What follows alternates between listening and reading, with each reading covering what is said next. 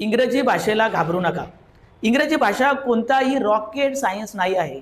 इंग्रजी भाषा हा एक सेंटेन्स पॅटर्न आहे.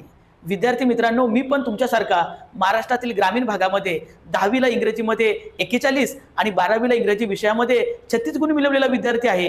पण तरीही मी आत्मविश्वासाने इंग्रजी बोलू शकतो, लिहू शकतो, समजू शकतो. का? तर मला वाक्यांचे सेंटेन्स पॅटर्न माहीत आहेत. जसं केमिस्ट्रीमध्ये आपण हायड्रोजनचे 2 अणू आणि ऑक्सिजनचा 1 अणू घेतला, आपल्याला उत्तर सापडतं वॉटर. आपण सोडियम आणि क्लोरीन यांना एकत्र केलं की उत्तर सापडतं साधं मीठ. मॅथमॅटिक्समध्ये लांबी गुणिले रुंदी, आपलं उत्तर सापडतं क्षेत्रफळ.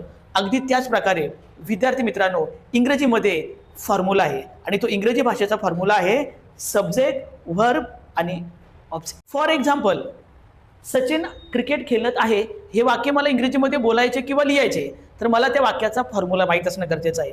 वाक्य कंटिन्युअस प्रेझेंट टेन्स आहे, त्याचा फॉर्म्युला आहे सब्जेक्ट, एमिजार, वर्ब पहिला, आयएनजी object, Sachin is playing cricket. Sachin आला आहे, वाक्याचा टेन्स आहे परफेक्ट प्रेझेंट टेन्स आणि त्याचा फॉर्म्युला आहे सब्जेक्ट, हॅव हॅज, वर्ब तिसरा, ऑब्जेक्ट, सचिन आला आहे, सचिन हॅज कम. विद्यार्थी मित्रांनो, तुमच्या तर लक्षात आलंच असेल की इंग्रजी भाषा शिकण्यासाठी आपल्याला सेंटेन्स पॅटर्न माहीत असणं गरजेचं आहे, म्हणजे फॉर्म्युला त्या वाक्याचा माहीत असणं गरजेचं आहे. ही रील तुम्हाला आवडली असेल, सेव्ह करा, मित्रांना शेअर करा आणि अशाच पद्धतीने मराठीतून इंग्रजी शिकण्यासाठी या अकाउंटला फॉलो करा. थँक्यू.